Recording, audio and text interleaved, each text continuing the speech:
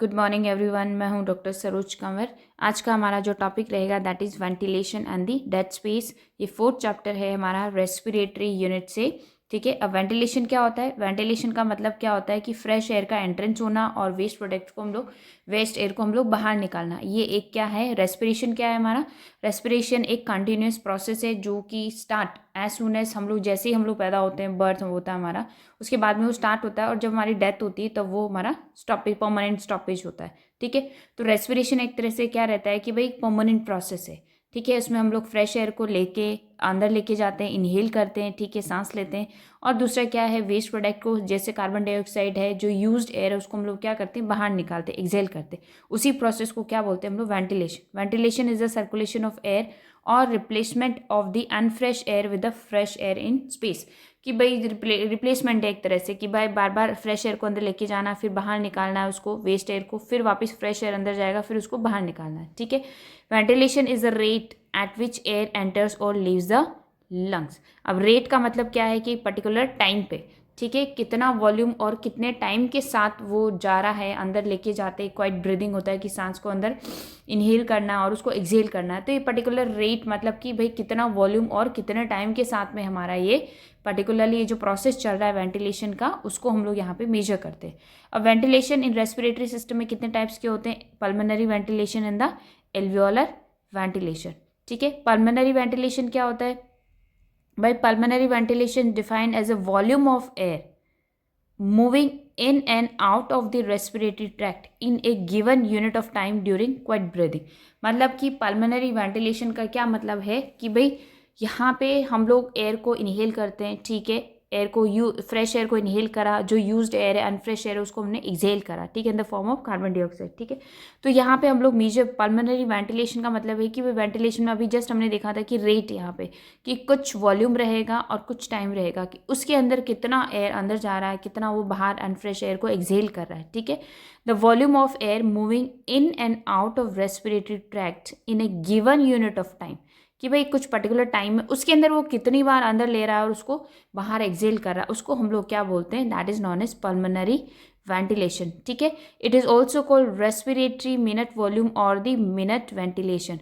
It is also called the respiratory minute volume. यहाँ पे ये टर्म है रेस्पिरेटरी मिनट वॉल्यूम। नाम से ही पता चलता है कि भाई एक मिनट के अंदर कितनी बार हम एयर को इनहेल कर रहे हैं और एक्सहेल करते हैं। ठीक है, एक नॉर्मल ये जो क्वाइट ब्रीदिंग का जो प्रोसेस है कि भाई एक मिनट में हमने कितनी बार इनहेल करा और एक्सहेल करा, उस नॉर्मल प्रोसेस को हम लोग क्या बोलते हैं? पल्मोनरी वेंटिलेशन बोलते हैं। ठीक है, pulmonary ventilation is a cyclic process by which fresh air enters the lungs and equal volume air leaves the lung. ये क्या है? एक तरह से कंटिन्यूअस साइक्लिक प्रोसेस है कि भाई इसमें हमारा क्या रहेगा? अगेन एंड अगेन क्या है? फ्रेश एयर का एंट्रेंस होगा, ठीक है, और क्या है? Equal volume of air leaves the lungs. उतना ही जितना हम अंदर लेते हैं उतना ही हम उसको एक्सहेल करेंगे। ठीक है, और एक साइक्लिक प्रोसेस है यहाँ पे। ठीक है, रेस्पिरेटरी मिनट वॉल्यूम क्या था कि भाई एक मिनट के अंदर कितनी बार हम लोग इनहेल और एक्सहेल करते हैं, क्वाइट ब्रीदिंग बोलते हैं कि भाई एक मिनट के अंदर हमने कितना एयर अंदर लिया और कितना हमने बाहर निकाला, उस कैलकुलेशन को हम लोग क्या बोलते हैं? रेस्पिरेटरी मिनट वॉल्यूम बोलते हैं, और दी पल्मोनरी वेंटिलेशन। ठीक है, अब नॉर्मल वैल्यू क्या रहता है पल्मोनरी वेंटिलेशन का? कितना रहेगा हमारा? 6000 ml। ठीक है, 6000 ml या फिर 6 लीटर हम लोग बोल सकते हैं। इतना वॉल्यूम एक मिनट में हमारे अंदर हमने उसको इनहेल करा और एक्सहेल करा। It is a product of tidal volume and the respiratory rate. अब ये क्या है? It is a product of tidal volume and the respiratory rate. Last video में हमने टाइडल वॉल्यूम्स, ये वॉल्यूम्स एंड कैपेसिटीज़ हमने डिस्कस करा है इसमें। ठीक है, तो उसके अंदर सारी वॉल्यूम्स और कैपेसिटीज़ की लंग की जो वॉल्यूम्स है, डिफरेंट डिफरेंट कैपेसिटीज़ है, वो हमने वहाँ पे बहुत ही डिटेल में डिस्कस करा है। तो आप लोग इस चैनल पे जाके उस वीडियो को देख सकते हैं। टाइडल वॉल्यूम क्या है कि भाई आपका वन क्वाइट ब्रीदिंग, मतलब एक साइकिल में, एक क्वाइट ब्रीदिंग में एक बार में आपने कितना सांस लिया, ठीक है, इनहेल करा और एक्सहेल करा, उसको हम लोग क्या बोलते हैं? टाइडल वॉल्यूम बोलते हैं। एंड द रेस्पिरेटरी रेट का मतलब है कि एक मिनट में आपने कितने साइकिल्स इनहेल एक्सहेल करा, उसको हम लोग क्या बोलते हैं? Respiratory rate. तो पल्मोनरी वेंटिलेशन क्या रहता है आपका? टाइडल वॉल्यूम जो 500 ml रहता है हमारा, ठीक है। रेस्पिरेटरी रेट कितना है भाई? एक मिनट में हमने कितनी बार सांस लिया है, दैट इज 12 पर मिनट, और उसका टोटल कितना हुआ? 6000 ml और द 6 लीटर। ठीक है, तो इसी ये क्या है आपका? पल्मोनरी वेंटिलेशन है कि tidal volume into respiratory rate. Tidal volume कितना है कि भाई एक बार आपने इनहेल करा कितना 500 ml, ठीक है, और रेस्पिरेटरी रेट 1 मिनट में कितनी बार आपने उस चीज़ को रिपीट करा है, कितना होता है 12 पर मिनट होता है ये, उसको हम लोग क्या बोलते हैं 6000 ml हमारा रहेगा पल्मोनरी वेंटिलेशन, ठीक है। नेक्स्ट आता है आपका एल्वियोलर वेंटिलेशन। पल्मोनरी वेंटिलेशन ये था साइक्लिक प्रोसेस था कि भाई 1 मिनट में आप कितने बार उसको इनहेल एक्सेल कर रहे हो, दैट इज 6000 ml था। अब एल्वियोलर वेंटिलेशन में क्या है, नाम से ही पता चलता है कि यहाँ पे क्या है, इनर पार्ट ऑफ लंग्स के जो मेन फंक्शनल यूनिट है रेस्पिरेटरी, जो रेस्पिरेटरी यूनिट है दैट इज एल्वियोलाई, ठीक है। वहाँ पे क्या होता है, गैसेस एक्सचेंज होता है, ठीक है। अब इसको हम कैसे डिफाइन करेंगे एल्वियोलर वेंटिलेशन को, कि is the amount of air utilized for the gaseous exchange every minute. यहाँ पे 2 टर्म्स है, गैसियस एक्सचेंज और दूसरा क्या है एवरी मिनट। कि एल्वियोलर वेंटिलेशन का मतलब क्या है कि भाई amount of air utilized for the gaseous exchange every minute, ठीक है। 1 मिनट में कितनी बार जो एयर हमने इनहेल करा उसका जो एक्सचेंज करने में यूज हुआ है वो भी 1 मिनट में, that is known as alveolar ventilation, ठीक है। फिर क्या है, it is different from the pulmonary ventilation. कैसे डिफरेंट है भाई, पल्मोनरी वेंटिलेशन हमने मेजर कर रहा था कि भाई 1 मिनट में कितना वॉल्यूम आ रहा है, टोटल जो आ रहा है, अब उसमें कितना यूटिलाइज हुआ कितना नहीं हुआ वो हमने किसने काउंट नहीं करा, वो जस्ट 1 मिनट में हमने कितनी बार उसको ब्रीथ करा, इनहेल करा, एक्सहेल करा, इनहेल करा, एक्सहेल करा, ठीक है, वो टोटल हमारा हमने पल्मोनरी वेंटिलेशन पे देखा। बट यहाँ पे एल्वियोलर वेंटिलेशन का डिफरेंशिएशन इज दैट कि भाई एयर जो हमने एयर इनहेल करी उसमें से कितना वॉल्यूम हमने गैसेस एक्सचेंज में यूज़ करा पर मिनट में, that is known as alveolar ventilation. Because जो हम इनहेल करते हैं, जितना अमाउंट में हम लोग इनहेल कर रहा है, ठीक है, उनमें से कुछ एयर, कुछ वॉल्यूम ऑफ एयर क्या है, वी जस्ट वो डेड स्पेस में ही वहाँ पे प्रेजेंट रहता है, उसका कुछ वॉल्यूम जो है हम लोग कहाँ पे यूज़ करते हैं, गैसेस एक्सचेंज में हम लोग वहाँ पे यूज़ करते हैं, ठीक है। तो ये मोटा मोटा यहाँ पे डिफरेंस है alveolar ventilation and the pulmonary ventilation, ठीक है। pulmonary ventilation 6000 ml of air moves in out in every minute but whole of the air is not utilized for the gases exchange। कि भाई जो हमने यहाँ पे pulmonary ventilation में 1 minute में जितना वॉल्यूम हमने मेजर करा था 6000 ml जो हमारा आया था, वो पूरा का पूरा वॉल्यूम क्या है, हम लोग पूरा उसको यूटिलाइज नहीं करते हैं, किसके लिए, गैसेस एक्सचेंज के लिए। उसमें से कुछ वॉल्यूम क्या है, जो हमारा पैसेज है, ट्रैक्ट है, जो आगे डिस्कस करेंगे हम लोग, डेड स्पेस है, उसी में ही प्रेजेंट रहता है, उसका कुछ वॉल्यूम ही हम लोग वहाँ पे फिल्टर कर पाते हैं, एक्सचेंज कर पाते हैं वहाँ पे, ठीक है। तो that was a alveolar ventilation. अब यहाँ पे क्या है further, only the air utilized for the gases exchange is called as alveolar ventilation. कि भाई जो टोटल हमने जो लिया उनमें से कुछ वॉल्यूम जो था वो हमने एल्वियोलर वेंटिलेशन, गैसेस एक्सचेंज के लिए हमने यूज़ करा, that particular volume of air is known as alveolar ventilation. Some of the volume of air from pulmonary ventilation trapped in the respiratory passage और dead space which does not take part in the gases exchange. कि भाई जो जितना volume हमने कितना लिया था pulmonary ventilation में, 1 मिनट में कितना वॉल्यूम था 6000 ml था। अब 6000 ml से क्या है हमारा कि भाई इसमें से कुछ वॉल्यूम क्या रहता है, जो रेस्पिरेटरी ट्रैक्ट होता है हमारा, नोज से लेके टर्मिनल ब्रोंक्यूल्स जो है यहाँ तक, ये क्या एक तरह से पैसेज है, ये पूरा एक रास्ता है, यहाँ पे पैसेज है, तो एयर क्या है यहीं पे प्रेजेंट रहता है, यहीं पे रुक जाता है वो, ठीक है, इसी पैसेज के अंदर। और कुछ वॉल्यूम जो है हमारा गैसेस एक्सचेंज में यूटिलाइज होता है। तो एल्वियोलर वेंटिलेशन में क्या रहेगा कि भाई जो डेड स्पेस, जो पैसेज ट्रैक्ट है, रेस्पिरेटरी पैसेज जो है, वहाँ पे कितना वॉल्यूम जो है आपका रह गया और जो बचा हुआ है आगे जाके गैसेस एक्सचेंज में क्या करता है, पार्टिसिपेट करता है, that is known as alveolar ventilation.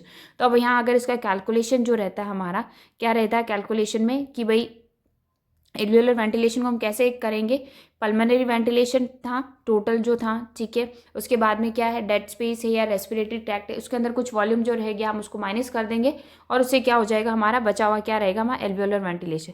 जैसे एल्वियोलर वेंटिलेशन में क्या है, टाइडल वॉल्यूम, जो हमने टाइडल वॉल्यूम जो एक आपका एक ही प्रोसेस में, एक ही जो क्वाइट ब्रीदिंग है उसमें इनहेल करा, ठीक है, माइनस द डेड स्पेस, ठीक है, उससे माइनस कर देंगे, बचा हुआ जो रहेगा उसको क्या है आपका रेस्पिरेटरी रेट से मल्टीप्लाई कर देंगे, ठीक है, वो आपका आता है 4200 ml।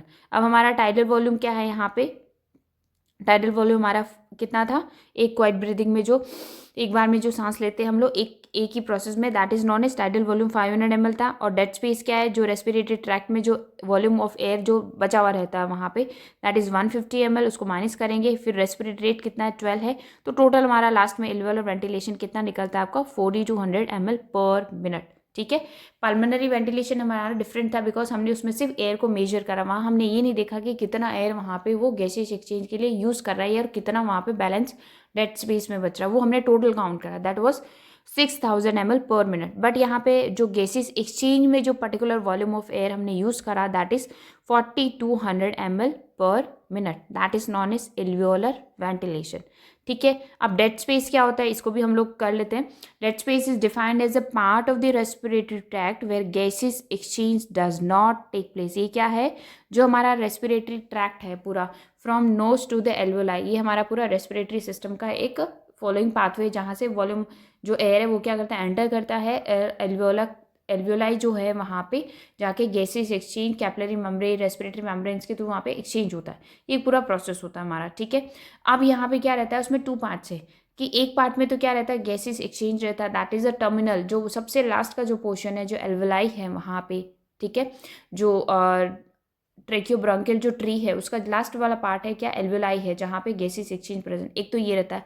और एक जो हमारा जो नोज से लेके टर्मिनल ब्रोंकियोस तक, नोज है आपका, ये लैरिंग्स है, उसके बाद में ट्रेकिया आता है, फिर ब्रोंकस आता है, फिर इंटरनल और सेकेंडरी ब्रोंकस आएंगे, इस तरह से करके ये जो पूरा पैसेज है उसको हम लोग क्या बोलते हैं, डेड स्पेस बोलते हैं, बिकॉज ये वो वाला स्पेस होता है कि जहाँ पे गैसेस एक्सचेंज हम वहाँ पे टेक प्लेस नहीं होता, ठीक है, उसको हम लोग बोलते हैं that is known as dead space, ठीक है। अब डेड स्पेस भी क्या है, 2 टाइप्स की, anatomical and the physiological dead space, ठीक है।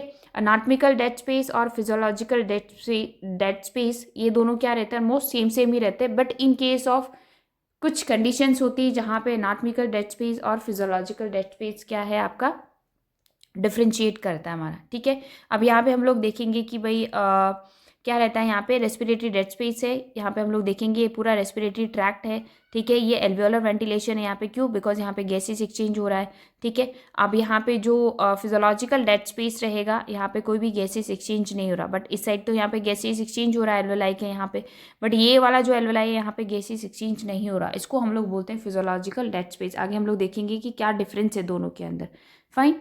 नेक्स्ट क्या, एनाटॉमिकल डेड स्पेस क्या होता है कि भाई anatomical dead space it exchange from nose to the terminal bronchioles, normally जो हमारा जो रास्ता है अंदर का नोज से लेके टर्मिनल ब्रोंकियोस तक, उसको बोलते हैं हम ना anatomical dead space.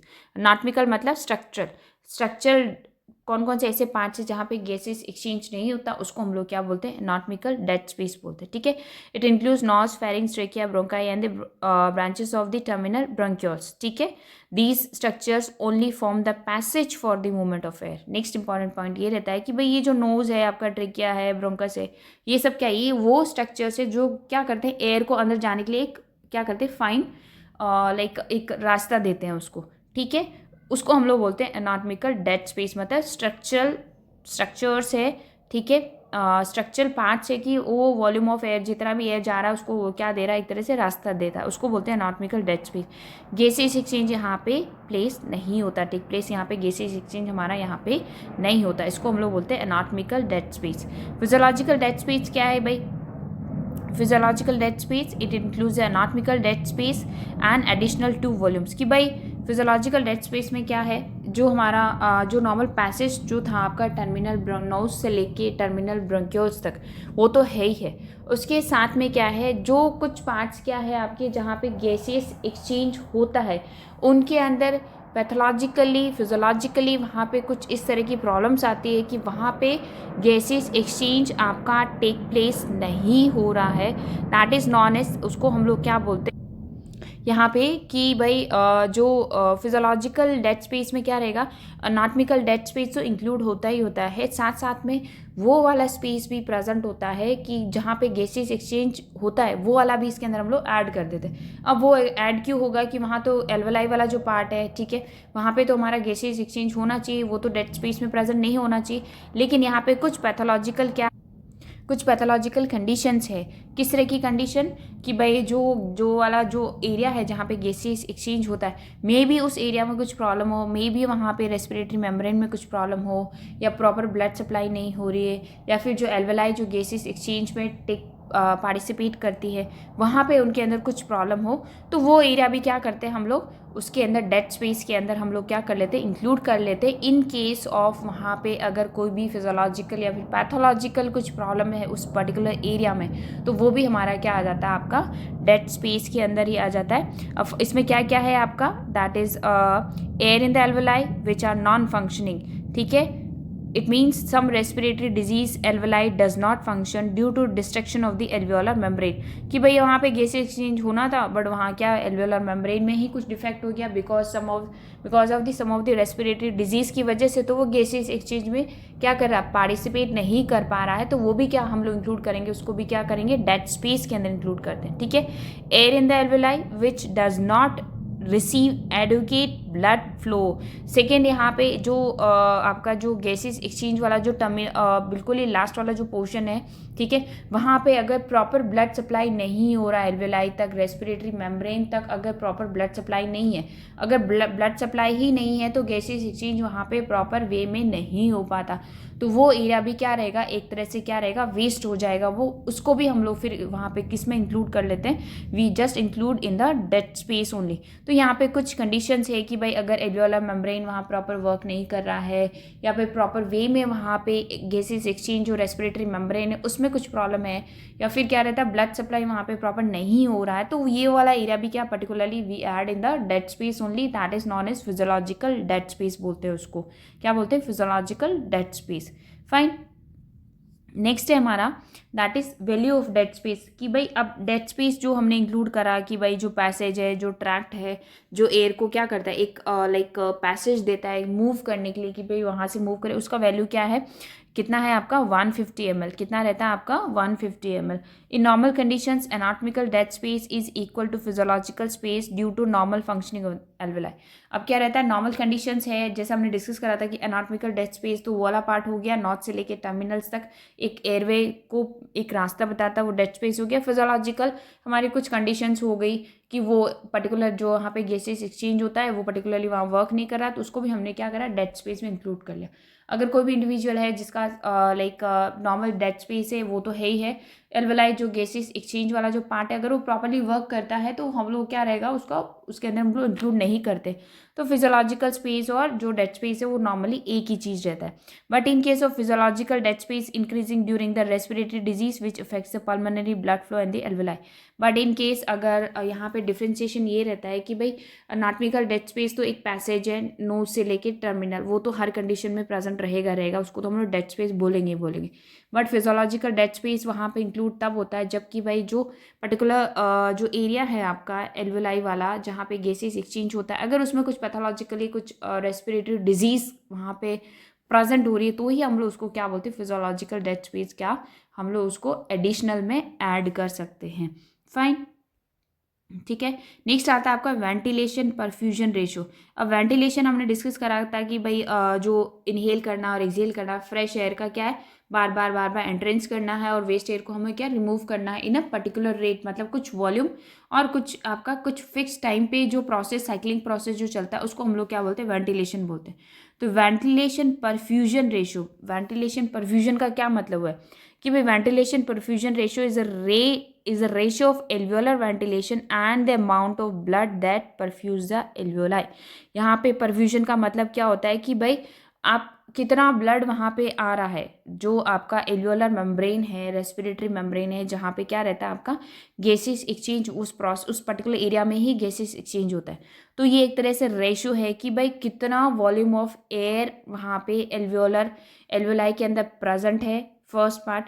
Second part रहता है कि वहाँ पे अब ऑपोजिट डायरेक्शन में क्या रहेगा, आपका ब्लड आएगा, ठीक है, ब्लड वहाँ से आएगा कि भाई ब्लड कितना वहाँ पे पहुँच रहा है और कितना वॉल्यूम ऑफ एयर एक दूसरे को क्या कर रहे हैं, एक्सचेंज कर रहे हैं, किसका, गैसेस का, ठीक है। उसको हम लोग क्या बोलते हैं, वेंटिलेशन परफ्यूजन रेशो, कि भाई कितना परफ्यूजन हो रहा है, कितना एक्सचेंज हो रहा है O2 एंड CO2 का।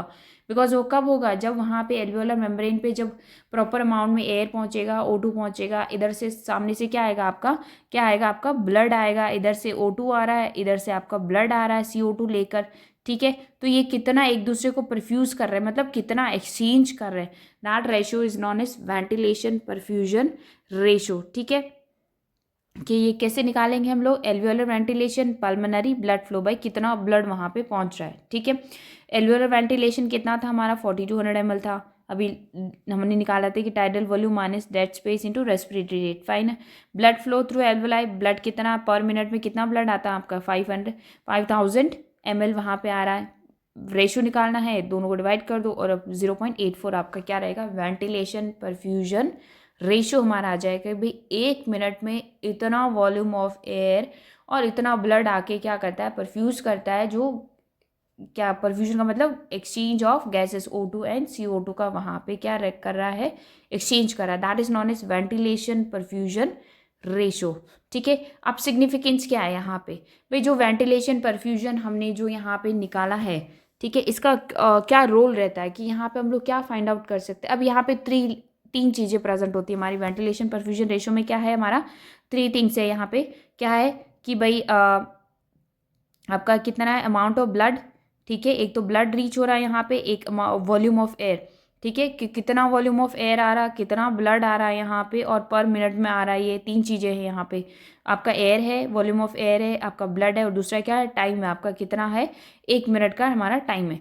तो इन्हीं चीज़ों में क्या रहता है कि हम लोग जब कोई भी रेस्पिरेटरी, ये तो नॉर्मल कंडीशंस में हमारा इतना हमने देखा कि वेंटिलेशन परफ्यूजन रेशो हमारा 0.84 है, ठीक है, ये नॉर्मल कंडीशन में एक इंडिविजुअल जिसका रेस्पिरेटरी सिस्टम बहुत अच्छे से काम कर रहा है। बट इन केस ऑफ अगर आपका लाइक कोई भी रेस्पिरेटरी डिजीज़ रहता है यहाँ पे, ठीक है, रेस्पिरेटरी डिजीज़ में क्या रहेगा यहाँ पे, या तो एल्वियोलर वेंटिलेशन प्रॉपर वॉल्यूम वहाँ पे नहीं होगा या प्रॉपर ब्लड वहाँ पे सप्लाई नहीं होगा, उसकी वजह से क्या है ये रेशो क्या करेगा, ऑल्टर करेगा। That is the main significance of ventilation perfusion ratio. It signifies a gaseous exchange. It is affected if any change in the alveolar ventilation or the blood flow. भाई alveolar ventilation में कोई change है, ज़्यादा है, कम है, या फिर blood proper time से वहाँ पे आ रहा है या नहीं आ रहा, प्रॉपर अमाउंट में आ रहा है नहीं आ रहा, तो ये सारे सिग्निफिकेंस हमारे वहाँ पे हम लोग फाइंड आउट कर सकते हैं।